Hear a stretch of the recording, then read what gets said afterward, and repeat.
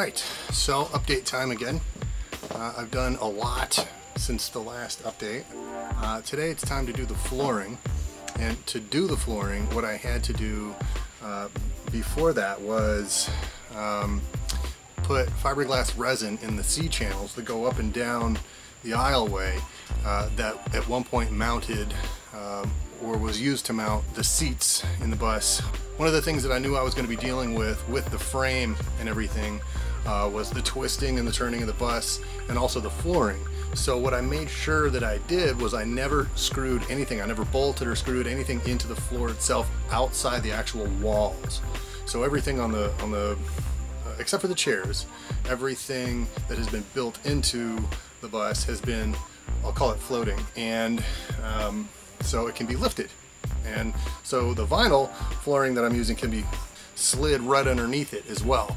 And once all that stuff is back at rest, it will more or less hold the vinyl flooring in place. I'm not putting any adhesive down for the flooring. I'm just leaving a lip on the outside edges and then screwing that along the sides, because that's going to be covered by some kind of a crown molding when it's all said and done. So because I'm working primarily by myself and I only have 2 hands, 10 fingers, 2 legs, it's only me, I can't lift stuff.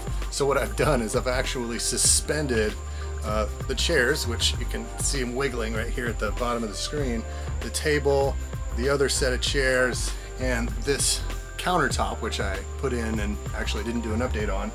It's just a counter. I made the base, put the counter, whoop-de-doo. There's some splashboard behind it, and I also put this piece of plywood up because that's where the shelves are going to go. So there you go, there's your update for that wall. So in any case, these are all suspended from the ceiling by bungee cords, ratchet straps, and so what I'm going to do, slide the vinyl flooring all the way back, and as it meets the areas where it comes in over the wheel wells, and I've built wooden boxes to insulate those, I'm going to just pull it, cut it, pull it, cut it, pull it, cut it, pull it, cut it, so it's all inch by inch brought back and secured in that way. So let's get to it.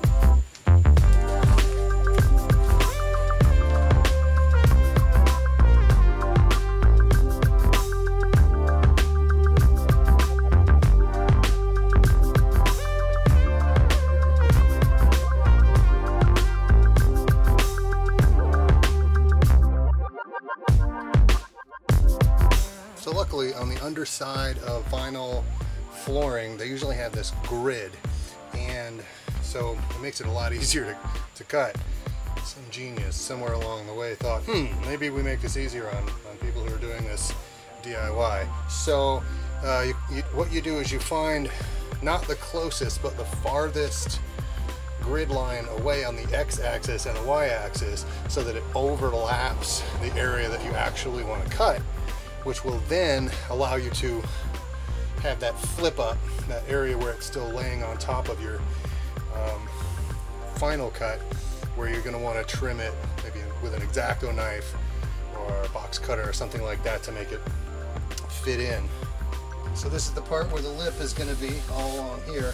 So I'll just cut it down to about here, tack it in, and then when I put my baseboard along here,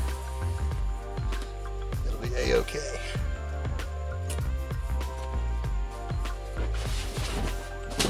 Now for the other side, the driver's side.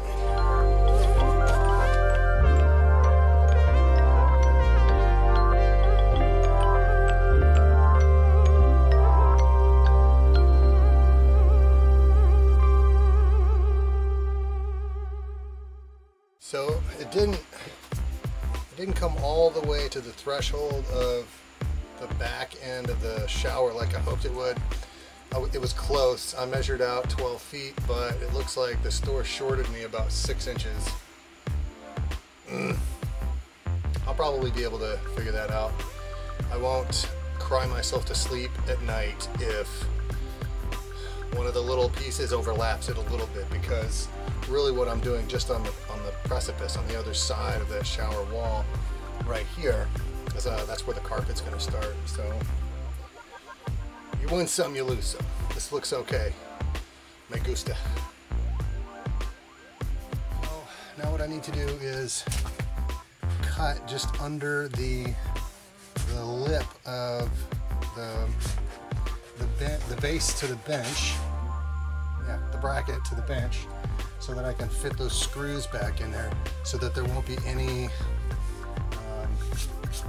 sign of cutting or anything like that. The whole lip of that bench will cover that up. I'll be able to drill right back in where I took the bolts out. And the bolts are actually stuck in place. They would normally like wiggle left to right, which would totally irk me because it's nearly impossible to get those guys back in where you need them without being able to see them. But the resin has set, so they're not going anywhere. I don't think they're going anywhere for about 30,000 years, I think, is the shelf life of that fiberglass resin. It's pretty insane stuff.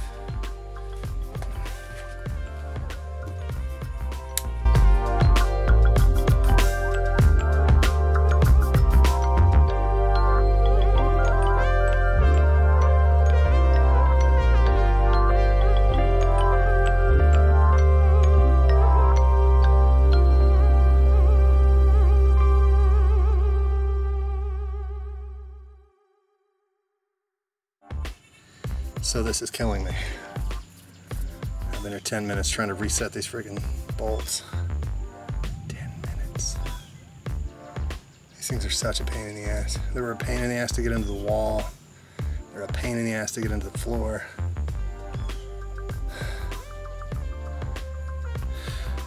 All around pain in the ass. I need another person. I need somebody to just push right on that corner. Can't push and screw the bolt in at the same time because I need two hands to find the sweet spot for the threads to meet up. I also need a hand or two to put pressure on the other side.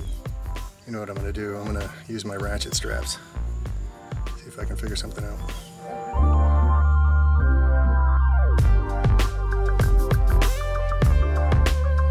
It feels good to have the flooring in because it looks better. It feels like it's coming together. It feels like there's kind of a homey sense to it. Neat. Today is going to be the carpet day. Went ahead and put the refrigerator back where it's supposed to be. Actually took L brackets and bolted that into place so it's not going to shift around during movement. Stowed a bunch of stuff. The AC is stowed. Took all the flooring and flattened it up against where it's supposed to be. The only flooring that I'm going to be taking up actually is going to be where the carpet's going, which is in the footing area of the bathroom. And the carpeting is going in below the sofa in the back and along the desk, office / lounge area. Hopefully I can get all that done today. The carpeting is going to be not an issue at all. But the other things that I have to do today include potentially building the desk and all the shelves for the desk, shaped, sized to fit the milk crates that are going to be sliding in and out of it that hold and separate all the gear, which is awesome.